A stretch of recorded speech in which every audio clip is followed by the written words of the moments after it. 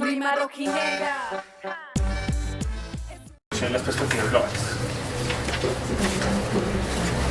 ¿Por qué 1968? Hay varias razones por las cuales se puede considerar a 1968 como una fecha proclive a la movilización, especialmente estudiantil o si se quiere juvenil, y esta creo que es la característica que va a definir mucho las movilizaciones de esta época, una movilización hecha por jóvenes.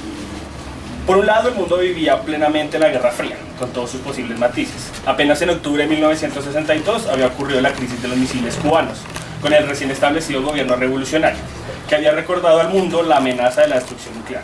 Además, desde 1955 se mantenía la guerra de Vietnam, el evento que movilizaba más la opinión pública a nivel global y que sería protagonista para las jornadas de la movilización. La polarización política de los enfrentamientos en este combate no solo recordaba la polarización social mundial, sino que también la lucha antiimperialista que numerosas naciones, especialmente en Asia y África, llevaban a cabo.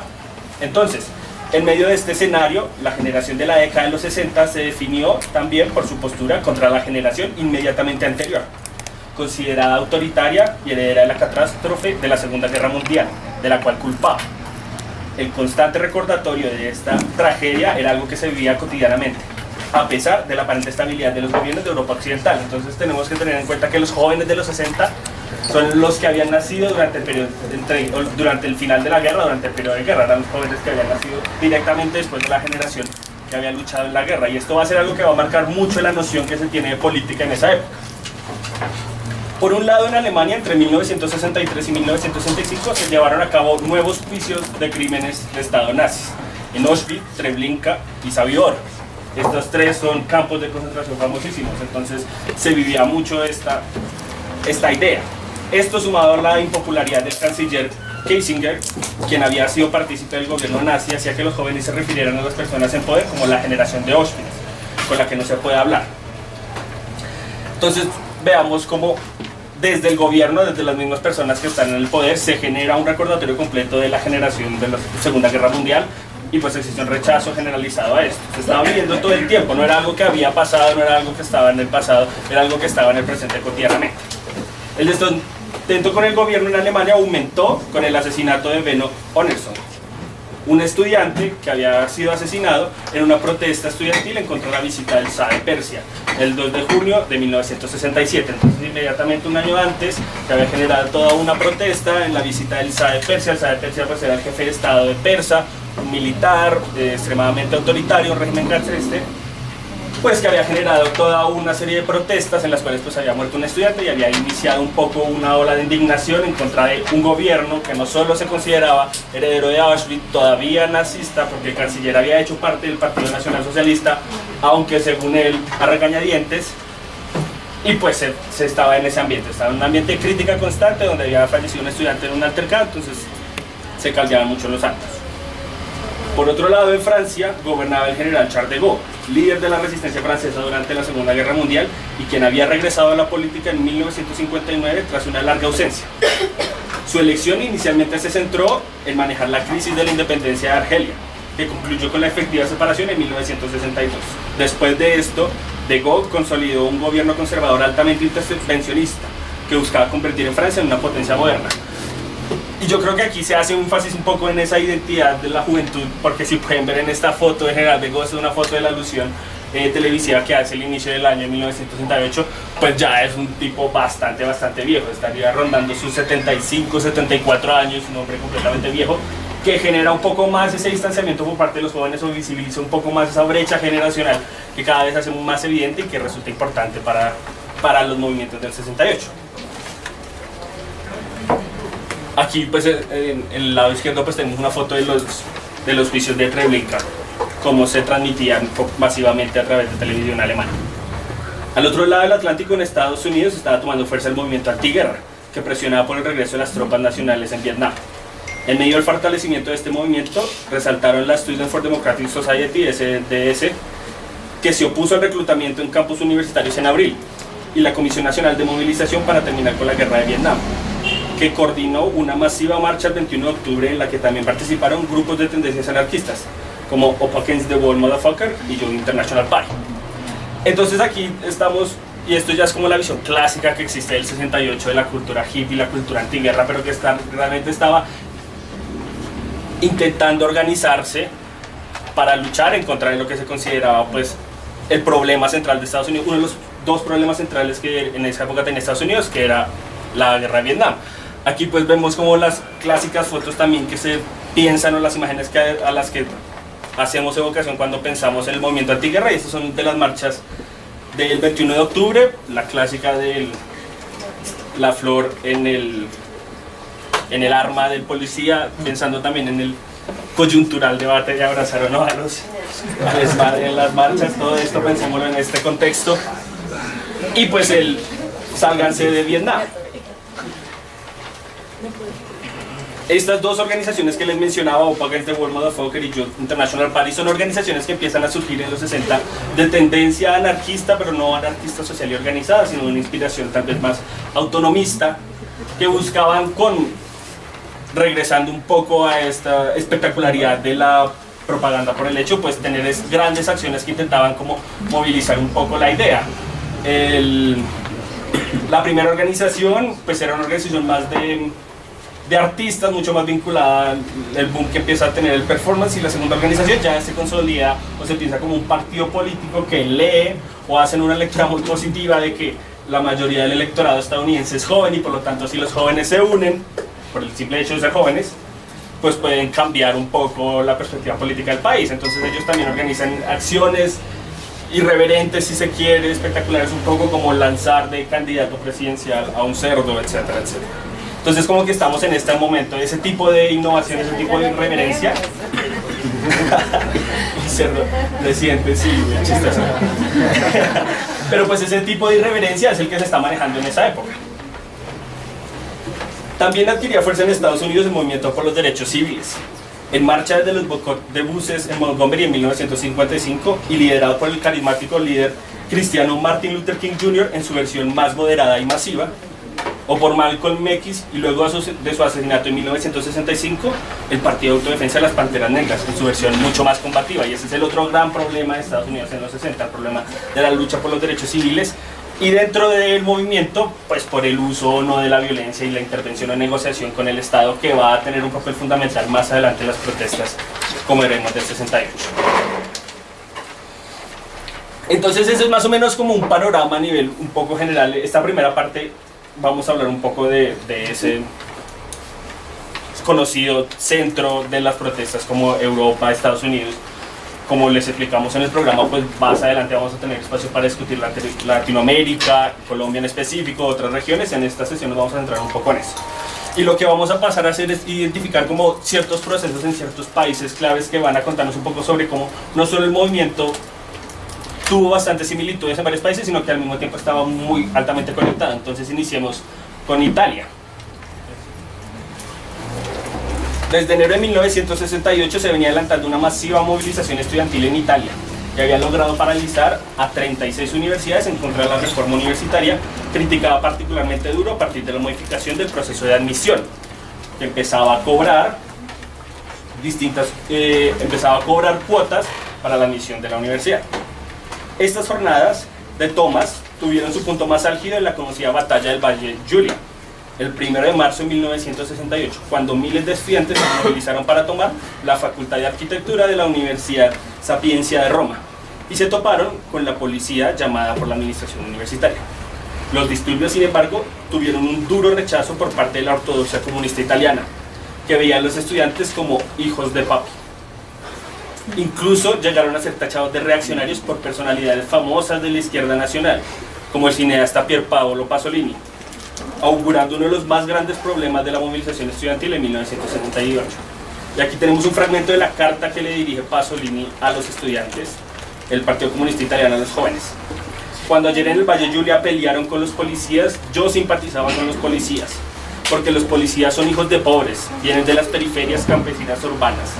En el Valle de Giulia ayer hemos tenido un fragmento de lucha de clases, y ustedes, amigos, aunque en la parte de la razón, eran los ricos. Y este va a ser uno de los problemas neurálgicos de los movimientos del 68, y es esa crítica que hacía la ortodoxia, la izquierda ortodoxa, de que la juventud no es una clase social, y de que el mero hecho de que se estén organizando como jóvenes ya tiene un montón de problemas.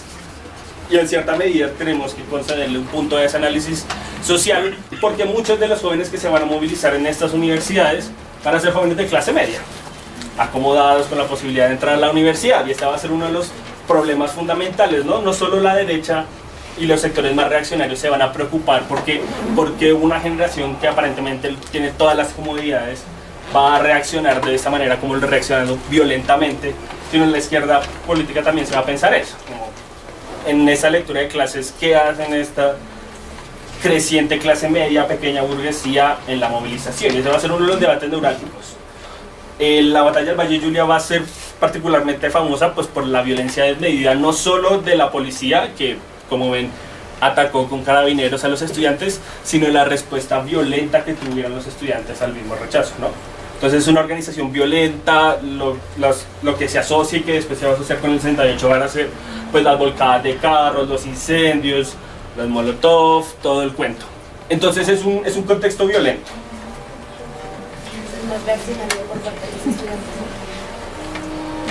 Es complicado porque precisamente uno de los eslogans más famosos de esta parte de Italia, cantado mucho por los estudiantes, es una revolución pacifista, es como un león vegetariano. Ahora, nos puede parecer chistoso a nosotros en ese momento porque es muy importante la lucha antiespecista, pero en esa época se hacía alusión a la reflexión que se estaba teniendo, influenciada por supuesto por los contextos culturales que estaban sucediendo. Muchas de estas manifestaciones sacaban o envilaban en grandes pancartas la cara del Che asesinado en el 67.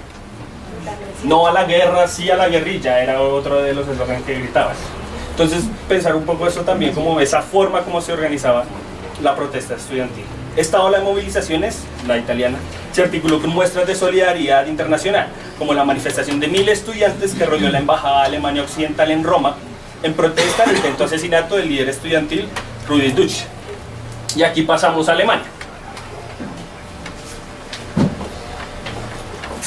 La movilización inició en Alemania en abril 11 tras el intento de asesinato de Dutsch, quien era cabeza prominente de la Federación Socialista Alemania de Estudiantes y promotora de la oposición extraparlamentaria. La oposición extraparlamentaria era una plataforma de organización mayoritariamente estudiantil en contra del gobierno de este señor que se me fue el nombre, de Kissinger, quien había creado una política conciliadora. Él era del partido cristiano con los socialdemócratas, habían creado una conciliación, se habían intercambiado el poder, entonces los estudiantes pues criticaban mucho esa posición conciliadora. Hay un intento de asesinato de este prominente líder y esto aumentó paulatinamente con la represión policial, que motivaba a su vez mayor participación estudiantil. Esto generó una oleada de movilización que se alejó de las tácticas pacíficas en busca de acciones directas más concretas. Y al igual que en Italia, el aumento de la violencia en la protesta sorprendió al público. Y aquí una anécdota chistosa es que las protestas de post 11 de abril sucedieron en el contexto de la Semana Santa. Entonces muchos de los estudiantes cogieron cruces y empezaron a marchar con las cruces, y cuando les tiraban agua ellos ponían las cruces gritando que Dios los salvaría, que Dios los protegería. Y aquí ven un poco la imagen de la cruz y pueden buscar videos en los estudiantes poniendo cruces al frente de los cañones de agua y saliendo a volar al otro lado, pero jugando nuevamente con eso, por la irreverencia que va a ser característica, ¿no? La aprobación de las leyes de emergencia del gobierno de Kissinger no apaciguaron a los estudiantes porque le permitía al gobierno pues gobernar a punta de decretos sin pasar por parlamento. Entonces esto va a generar nueva ola de movilización cada vez más organizada y que van a empezar a construir referentes internacionales. Eso lo vamos a ver ahorita más adelante cuando nos hable Juan José, pero por ejemplo en la foto de aquí podemos ver que en las pancartas marchaban con imágenes de Mao, de Ho Chi Minh, por allá Lenin y por allá Marx. Pero Mao va a ser un referente fundamental porque el maoísmo va a ser una de los puntos claves de referencia que va a tener el movimiento estudiantil. Y por el otro lado, pues a Martin Luther King.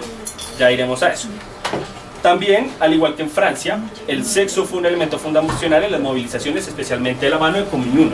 Y esto no lo había mencionado, pero en el 67 hubo una profunda ola de movilización que inició en Nanterre, en una universidad de París. Se dio a causa de una protesta que organizaron los estudiantes por las residencias universitarias. Entonces, ¿qué era lo que ellos peleaban? Ellos decían, las mujeres pueden entrar a las residencias de los hombres sin ningún problema, pero nosotros los hombres no podemos entrar a las residencias de las mujeres. Y iniciaron una toma de las residencias. Entonces, cuando se acercaban las directivas, en vez de intentar buscar una solución, muy irreverentemente los estudiantes interpelaban a los directores preguntándole cuántas veces habían tenido sexo en la semana o cuál era su posición favorita de sexo. Si realmente ellos querían hablar de sexo, pues tenían que compartir ese tipo de experiencias. Entonces el sexo también va a ser un punto fundamental de organización de la protesta, y aquí se van a rescatar clásicos psicoanalíticos como Wilhelm Reich, con todo su discurso del potencial orgásmico revolucionario, y pues toda una visión que intenta integrar el psicoanálisis pues con una crítica marxista. Común 1, que va a ser una comuna berlinesca, pues va a usar mucho el discurso del sexo, y aquí pues muy provocativamente desnudos posan como se posaban o como se conocen fotografías de cómo se asesinaban a las personas en los campos de concentración. Entonces recuerden que estamos en medio de tribunales en contra de crímenes de Estado nazi, y unas fotografías como estas pues resultan bastante provocadoras y bastante controversiales. Entonces estamos en un contexto donde la irreverencia cada vez toma más foco y se centran en tipos de debates que no se tenían antes en el espacio público, como hablar del sexo. El abrazo de la acción directa y el alejamiento del pacifismo se catapultó a partir del asesinato de Martin Luther King Jr., el 4 de abril. Con su muerte, numerosos disturbios iniciaron en Estados Unidos, desbordando la frustración que produjo el inesperado asesinato de una de las personalidades políticas más queridas, incluso dentro de la población blanca del país. Ni siquiera la sanción presidencial de la Ley de Derechos Civiles el 11 de abril logró apaciguar los ánimos, y por eso me refería al papel que tenía Martin Luther King en la negociación con el Estado. El gobierno de Johnson, que había asumido la administración después del asesinato de Kennedy, había empezado a negociar aquello que Martin Luther King había propuesto, que había iniciado desde hace mucho tiempo, que es la negociación de la Ley de Derechos Civiles. ¿En qué consistía la ley? Pues en eliminar la discriminación de todo tipo, especialmente en adquisición de bienes y servicios en Estados Unidos. ¿Eso qué quiere decir? Pues que ya no, los negocios ya no se pueden rehusar a vender a una persona negra si no es por otras razones de peso, o no se les pueden rehusar a venderles tierras, o no se les pueden rehusar a prestar servicios. En eso consistía la ley. Y a pesar de ser una de los logros que se le adjudican al gran movimiento, pues después del asesinato de Martin Luther King, pues eso no sirvió para apaciguar la ira que había generado el asesinato, más después de que unos cuantos años antes, un par de años antes, habían asesinado también a Malcolm X. Entonces es un problema grande que inicia pues toda una oleada de protestas. Entre los numerosos altercados que se extendieron por todo el país, resaltó en el contexto estudiantil la toma de distintos edificios de la Universidad de Columbia, Nueva York, el 23 de abril. Esta acción fue resultado de una creciente inquietud por parte de los estudiantes sobre la doble moral de las autoridades universitarias frente a la muerte de King. Pues mientras la conmemoraban y hacían eventos, fúnebres y todo el cuento, la institución comparaba terrenos en la mayoritariamente negra Harlem, esa famosa sector de Nueva York mayoritariamente negro tradicional del Renacimiento Harlem, para construir edificios que terminaban por desplazar a la población de color que allá habitaba. Y el debate que inició la protesta particularmente fue la construcción de un gimnasio. Entonces una práctica común de las universidades, hoy lo llamamos gentrificación, podemos llamarlo como queramos, elitización, es acercarse a vecindarios pues marginales, comprar los terrenos y pues hacer lo que quieran allá. Entonces una de las propuestas era hacer un gimnasio. Se iba a hacer un gimnasio en un terreno que estaba cerca a Harlem, que habían desahuciado a un montón de personas. Los estudiantes presionaron para que no se construyera el gimnasio, y las autoridades universitarias decidieron negociar. Entonces dijeron, miren, no se preocupen porque el gimnasio va a poder tener acceso tanto para los estudiantes como para los habitantes del sector. Entonces los estudiantes dijeron, bueno, entonces así sí. Pero resulta que había un problema por la forma como estaba ubicado el terreno, y construyeron la puerta principal, un gran portón gigante del lado universitario y una puerta trasera pequeña del lado que daba Harlem. Entonces eso enfureció a los estudiantes y pues inició ese proceso de toma de la universidad, que vemos aquí. Los estudiantes empiezan a encerrar en las aulas y evitar que entre la policía. Algo interesante es que en este tipo de manifestaciones, pues tanto población blanca como población negra se unieron para protestar.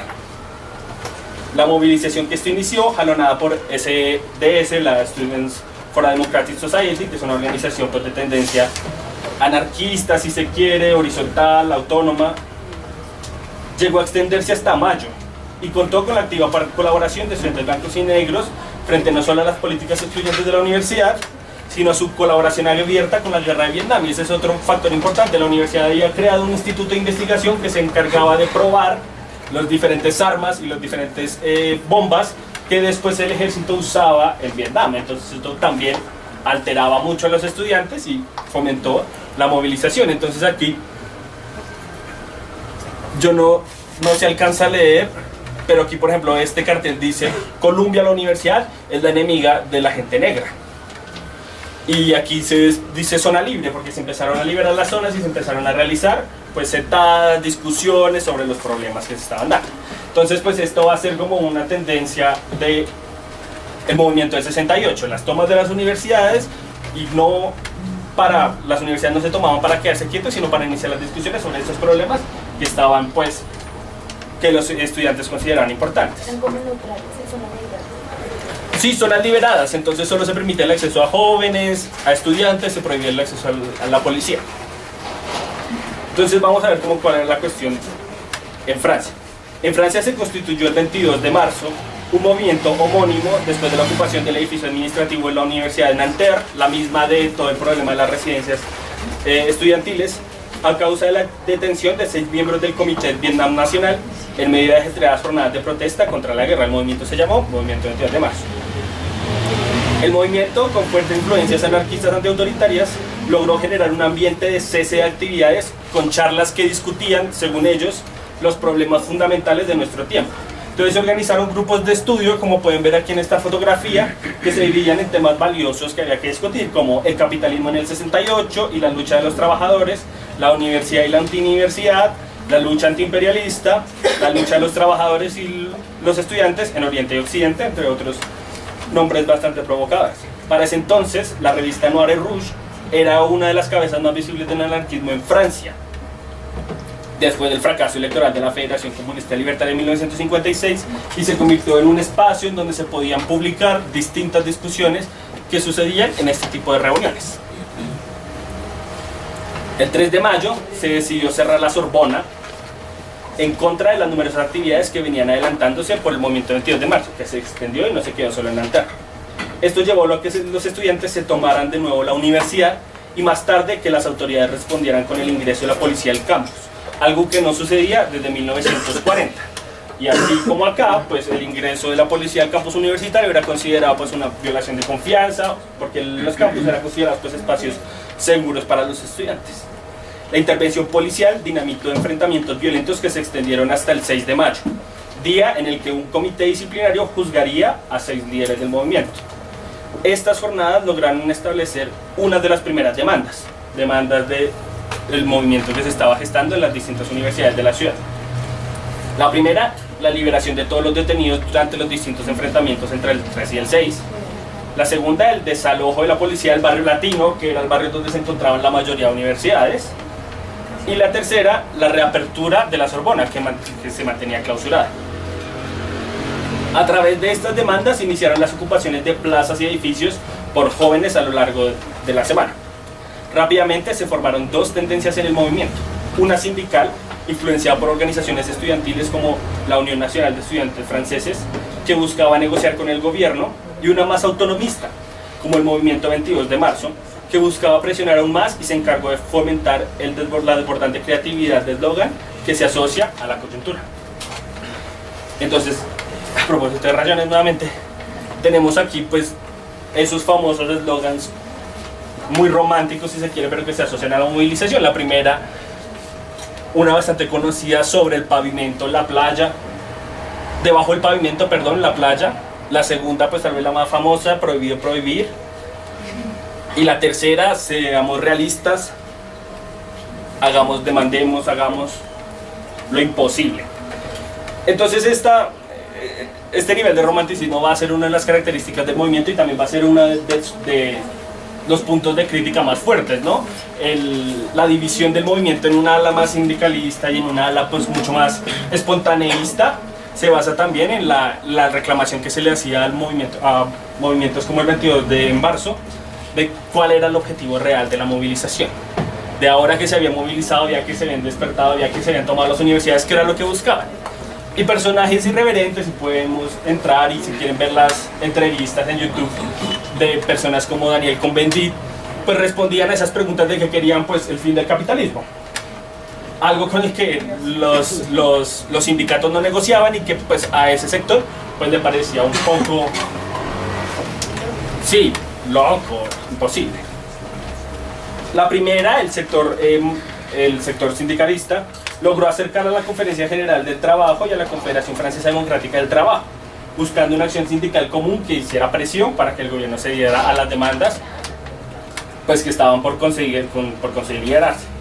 A ellos se le sumaron estudiantes de colegio y súbitamente ni siquiera la reapertura de la Sorbona, que se dio en medio de este aumento de movilización, pudo detener la oleada de movilizaciones. O sea, ya ni siquiera la apertura de las universidades, uno de los puntos claves de las demandas, pues frenó a los estudiantes que habían adquirido cada vez más, pues entre más acciones de estas sucedían, entre más se veía la gente en las calles, pues más se animaban los estudiantes a salir. La jornada del 10 de mayo, conocidas como la Noche de las Barricadas, fue la confrontación más extensa y violenta que se dio después de la caída de las negociaciones entre los manifestantes y el gobierno. Después de estos disturbios, que contaron con participación de entre 20.000 y 30.000 estudiantes, el apoyo sindical se fortaleció, aunque se mantuvieron las diferencias entre los trabajadores y los estudiantes. Entonces, lo interesante de la Noche de las Barricadas es que levantar barricadas con prácticamente lo que se encontraran: camiones volcados, escombros, pupitres, los mismos carros. Hacía alusiones a otro momento en el que se había levantado barricadas en París y que era algo también muy romántico, ¿no? En la Comuna del 1871. Y si se quiere, pues al primer uso de las barricadas en la Revolución del 48. Y eso, nuevamente, ese uso simbólico de las barricadas con la ondeada de banderas rojas y banderas negras, animaba mucho a los estudiantes y empezó a preocupar muchísimo a las autoridades. Y a los trabajadores pues les hizo ver que el movimiento era algo pues que estaba tomando mucha forma, que estaba bastante serio, que hacía una presión muy fuerte, y empezaron a sumarse los trabajadores. Por supuesto, la crítica que tenían los trabajadores o las diferencias que tenían los trabajadores con los estudiantes se va a basar mucho en la crítica que habíamos visto en Italia, en que muy posiblemente estos estudiantes cuando se graduaran iban a ser los jefes de los trabajadores. Y los estudiantes, muy románticamente, pues también hacían alusión a que los trabajadores eran la vanguardia de la revolución. Entonces iniciaron un montón de actividades también. ¿Es verdad que esa noche incluso la misma población le cerró las puertas a los estudiantes y por eso fue que los masacraron? Pues hubo enfrentamientos violentos, hubo todas las noches. La reacción de las poblaciones es muy distinta. Y ahí recomiendo muchísimo un documental que salió apenas hace como 3 meses que se llama El Intenso Ahora. Yo no sé si lo han visto, lo van a presentar en la Cinemateca Distrital como el viernes, que es puro material de archivo de las jornadas del 68, solo material de archivo, y que habla un poco de la relación, por ejemplo, la preocupación de los padres. Se creó un comité, cada universidad tenía un comité que se encargaba de mantener activa una línea a través de la cual los padres de todos los estudiantes se podían comunicar. Entonces un padre que sabía que su estudiante estaba en la Sorbona llamaba a la línea y le preguntaba: mi hijo está bien. Tenían una lista actualizada, quienes habían atrapado, quienes no. Decía: sí, está bien, gracias por llamar, y así sucesivamente. Entonces la cuestión se incrementó mucho más cuando las grandes empresas o los trabajadores de las grandes empresas empezaron a entrar en paro. Y pues las grandes empresas en esas zonas de París eran pues Renault y Citroën. El 13 de mayo fue declarado el Día de la Huelga General en toda Francia, en respuesta a los acontecimientos de la Noche de las Barricadas. Ese mismo día iniciaban las conversaciones en París entre estadounidenses y vietnamitas, una comisión de negociación para la paz, lo que solo sirvió para activar más la movilización. El punto máximo de la fortalecida unión entre trabajadores y estudiantes fue el paro nacional, que el 20 de mayo logró detener el trabajo de y aquí las cifras varían, pero la más aceptada, las cifras varían entre 6 y 10 millones, la más alta 10 millones de trabajadores en todo el país, 1/3 de la base industrial nacional. Entonces la magnitud ya del apoyo de los trabajadores a los estudiantes era desbordante. Los trabajadores apoyaron a los estudiantes, aunque no les gustaba que los estudiantes entraran a las fábricas y salían a las calles más bien. Y esto es el punto tal vez más álgido de la movilización, ¿no? No se había establecido un diálogo, no había perspectiva de diálogo aparente con el gobierno, y sin embargo cada vez se sumaban más y más y más y más las personas. Eso también empezaba a tener repercusiones en la vida cotidiana de las personas, las fábricas paraban, etcétera, etcétera. Entonces se organizaban ollas comunitarias, la organización se volvía mucho más horizontal, y este es como el punto culmen de la movilización en mayo. Frente a todo esto, el 24 de mayo, De Gaulle convocó a un referéndum sobre su reelección en junio en una alusión televisiva en la cual se le veía absolutamente cansado. Y este se conocido como el punto, por lo que se pensaba era el punto de triunfo de la movilización. Sale De Gaulle, pues este señor de 70 y pico de años, totalmente agotado, diciendo: está bien, vamos a hacer un referéndum, a ver si yo puedo seguir en el siguiente periodo y logro una reforma universitaria, que es lo que los estudiantes me están pidiendo, yo los he escuchado, todo el cuento, y si no, pues me retiraré de la política y no se volverá a saber nada más de mí. Este ambiente fue aprovechado por la izquierda partidista, que vio una oportunidad de llegar al poder. O sea, después de la alusión de Gaulle, la izquierda partidista dijo: perfecto, vamos a crear un gobierno de coaliciones, es el momento esperado. Era como, sí, como el presagio de que se había logrado algo. Igual, en medio de esta inseguridad política se iniciaron negociaciones con los trabajadores, con la más sindicalista del movimiento, pues que había presionado y que empezaba a organizar una agenda propia de reivindicaciones. Sin embargo, el 30 de mayo, después de una prolongada ausencia del escenario político, De Gaulle transmitió por televisión su resolución de seguir el poder y amenazó con involucrar al ejército para restaurar el orden nacional. Y esto es uno de los episodios como claves de la movilización. Después de esta alusión del 24, De Gaulle desaparece de la escena política, y lo que él estaba haciendo mientras tanto era viajando por distintas bases militares para asegurar el apoyo que tenía del ejército para tomar una acción drástica si las cosas continuaban así. La alusión del 30 es precisamente eso. Empezaron a movilizarse los ejércitos por todo Francia, incluso llegando a estacionarse cerca a París para tomar, pues, las medidas necesarias. Después de esta alusión política, pues, tan drástica, que fue después de ver a De Gaulle todo cansado de 70 y pico de años, a verlo, pues, totalmente resoluto a decir: no me van a sacar, yo voy a establecer el orden y ya se acabó todo, la cosa se empezó a estabilizar. Inesperadamente, después de la transmisión, las calles de París se inundaron con una enorme manifestación de 1 millón de personas de apoyo al general. No, la anterior. La siguiente. De apoyo al general. Y esto es lo que, tal vez, uno de los episodios más enigmáticos. La derecha no se había manifestado durante todas las jornadas de mayo. Parecía que habían cedido las calles a la izquierda. Pero después de la alusión de Gaulle, masivamente la derecha sale a mostrar su apoyo con banderas de Francia, con la cruz.